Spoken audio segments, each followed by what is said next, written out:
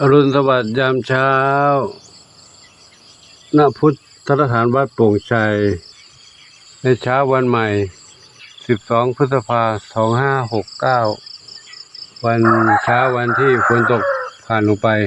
ทำให้พื้นนาตอนนี้มีน้ำขังแล้วมีนก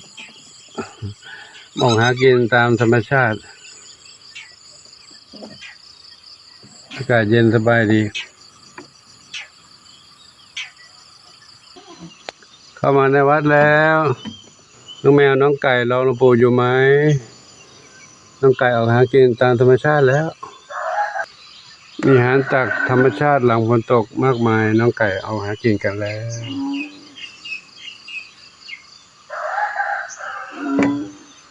ว่ายเสียงอะไรร้องอึ้งอ่าง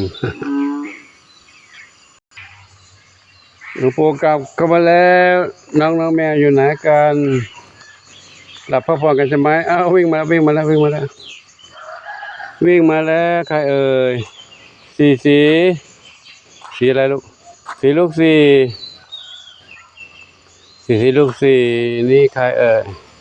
กระโดดขึ้นบนนั้นคือน้องมนไม่ใช่น้องอะไรบุญนำส้มขาวเล็กใครกำลังเดินมาโน่นอีกทางนี้มาทางนี้นั่นเพนด้าหนวดกำลังขึ้นเก้าอี้ขึ้นมาเห็นมันเลื่อยลูกเกาะไม่อยู่เล็บเกาะไม่ได้ไม่เหมือนพื้นไม้เนาะเป็นพื้นซีเมนต์เลยเกาะไปติดลื่นลงมาตกพื้นเปียกลูกพื้นเปียกแพนด้าหนวด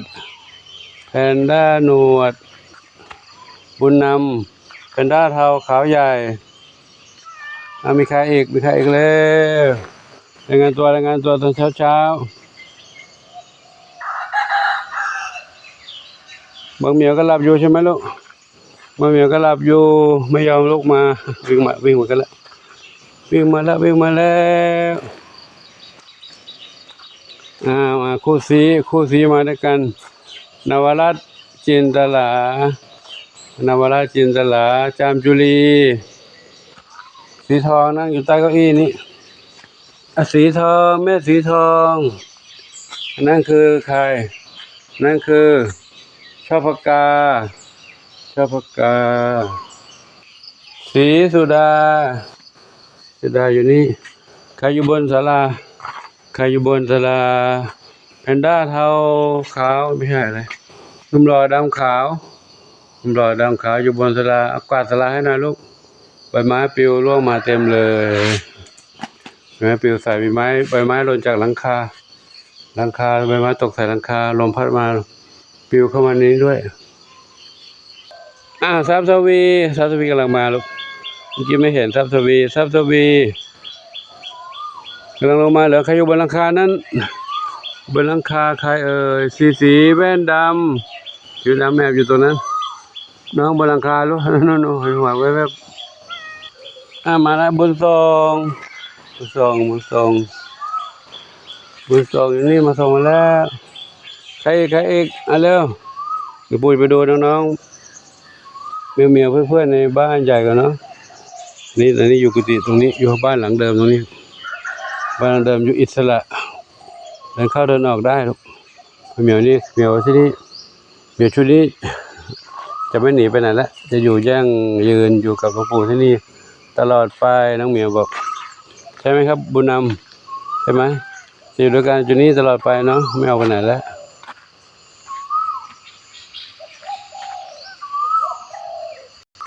ลงมาแล้วเลยลูก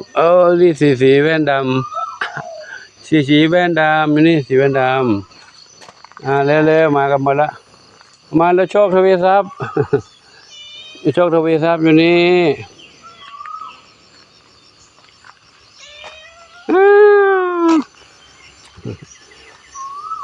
โชคทวีทรัพย์จุ๊บกับแพนด้าหนวดไหนดิ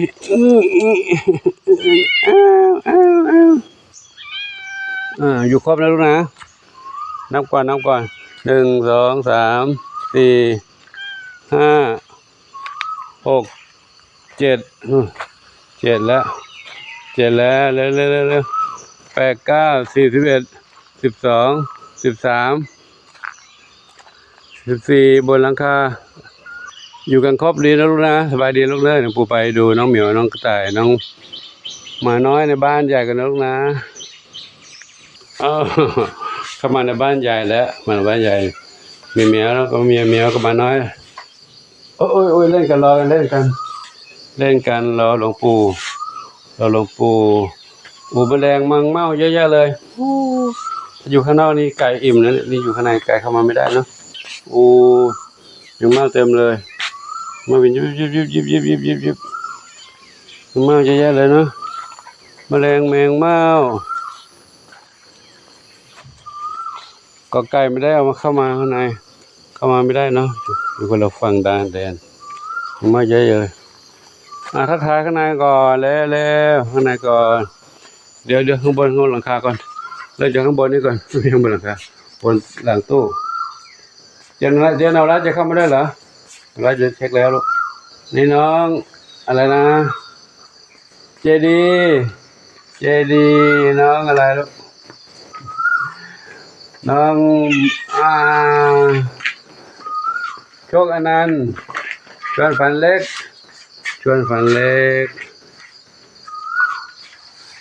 ใครโดนลงมาแล้วอันนั้นชวนฝันใหญ่ปุยฝ้ายน้ำเพชรเข้าน้ำอีกแล้วเจอทีไรเข้าน้ำทุกครั้งน้ำเพชรปุยฝ้ายบุญชัย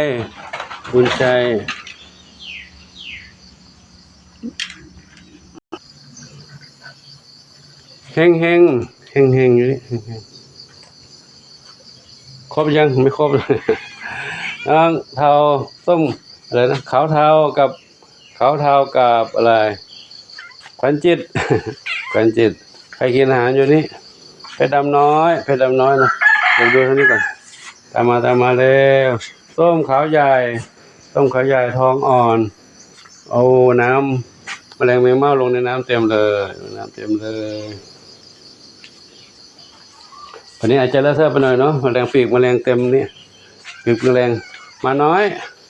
นะกิ้งเกลือเล่นกันเนี่ยปีกแมลงเม่าร่วงตรงนี้เต็มเดี๋ยวค่อยมากวาดเนาะเดี๋ยวขอถ่ายภาพถ่ายบรรยากาศให้ดูกันเนาะมีมันก็เล่นไม่ไหวแล้วใครเนี่ยน้องมีสุขไม่ใช่หนึ่งเดียว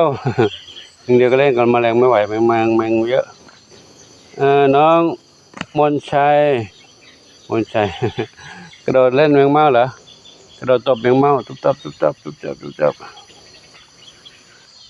กระต่ายน้อยรุ่นพี่สามตายเล่นอยู่ในนี้ลูกดิ๊กมันน้อยจะเล่นกระต่ายหรือโอ้เนี่ยฝนตกอาจจะแฉะนิดหนึ่งเมื่อคืนฝนตกเยอะนะก็เดี๋ยววันนี้ก็คงจะแห้งแล้วเดี๋ยวไปดูน้องเล็กกันน้องเล็กเด็กน้อยอันนี้อาจจะเรียกไม่ครบเนาะจะเรียกไม่ครบเพราะว่าเขาวิ่งอยู่ทางไหนบ้างไม่รู้เหมียววิ่งลูกดิ๊กเท่านี้แหละนะเหมียวรุ่นนี้เหมียวรุ่นพี่รุ่นน้องรุ่นเล็กอันนี้ใครดำสนิทอยู่นี่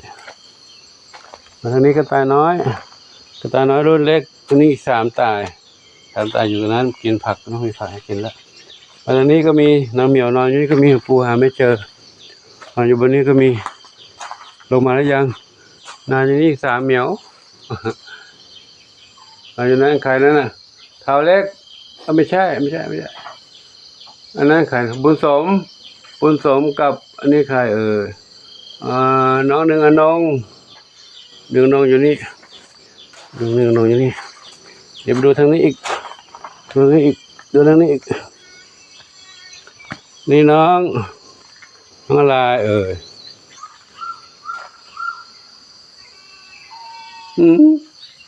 อะไรดวงได้ดีทางนี้อีกน้องเท้าเล็กอยู่นี่เท้าเล็กขณะอีก2 3 เหมียวเล่นอยู่นี่น้องมีสุกเดินหาเล่นแมลงอยู่กอผักบุ้ง เดี๋ยวเราเดินมาทางนี้อีกไปดูน้องเล็กน้องจิ๋วกล้วยทั้งสี่เมื่อคืนนี้ย้ายกรงมาตรงนี้ ให้เขามาอยู่กรงนี้ย้ายออกจากกรงใหญ่ที่เขาเคยอยู่นี่นะเพราะเขารอดออกมาจากช่องตาข่ายได้ก็เลยทำให้ลงมาข้างล่างออกมาข้างล่างเล่นกับน้องหมาสู้น้องหมาไม่ไหวแล้วย้ายมันอยู่ใน ย้ายมันอยู่กรงนี้แล้วเขาอยู่ตรงนี้เขาจะได้อยู่ใกล้ชิดกันเอาแอะอยู่นี่เดี๋ยวผมเปิดม่านก่อนสว่างกินอาหารงั้นหลวงปู่ให้กินแล้วลูกน้องกล้วยทั้งสี่กล้วยหอมกล้วย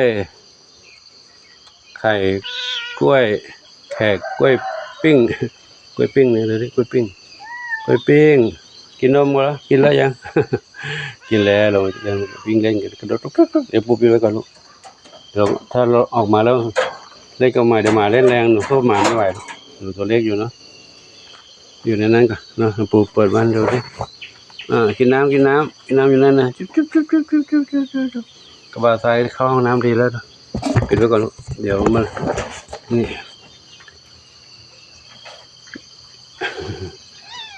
กินเลยลูกหลวงปู่ก็ขอนำภาพบรรยากาศยามเช้านี้ให้กับท่านได้รับชมกันไว้ประมาณนี้ก่อนเนาะขออนุโมทนากับทุกท่านที่ได้รับชมชีวิตความเป็นอยู่ของน้องเหมียวทุกท่านที่มีความรักความเมตตาต่อน้องเหมียวน้องหมาน้องไก่และน้องเต่าน้องกระต่ายน้องและสรรพสัตว์ทั้งหลายขออำนวยพรให้ทุกท่านพบความสุขความเจริญมีความสุขกายสุขใจปรารถนาสิ่งใดขอได้ต้องความมุ่งมั่นปรารถนาเพื่อกันทุกคนทุกท่านเทอญ